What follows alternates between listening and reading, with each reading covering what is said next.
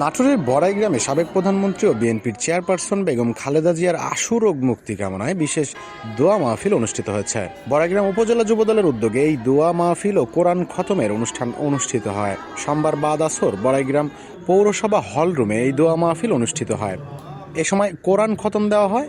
বড়াইগ্রাম উপজেলা যুবদলের সভাপতি মোস্তাফিজুর রহমান পারভেলের সভাপতিত্বে এ সময় উপস্থিত ছিলেন নাটোর জেলা যুবদলের সভাপতি এহাই তালুকদার ডালিম, বড়াইগ্রাম যুবদলের সাধারণ সম্পাদক মোস্তাফিজুল হক বকুলের সঞ্চালনায় জেলা যুবদলের যুগ্ম সাধারণ সম্পাদক ওমর আলী, সহসভাপতি মোস্তাফিজুর রহমান স্বপন, বড়াইগ্রাম পৌর যুবদলের সভাপতি আব্দুল খালেক সরকার, বনপাড়া পৌর যুবদলের সভাপতি মিজানুর রহমান, ১ নং জোয়ারি ইউনিয়ন যুবদলের সভাপতি মোহাম্মদ হুমায়ুন কবির রান্টু সহ সকল ইউনিয়নের যুবদলের সভাপতি সম্পাদক সহ বিভিন্ন নেতৃবৃন্দরা উপস্থিত ছিলেন। অনুষ্ঠানের আগে পবিত্র আল কোরআন খতম ও পরে বিএনপি চেয়ারপারসন বেগম খালেদা জিয়ার সুস্থতা কামনা করে দোয়া করা হয়।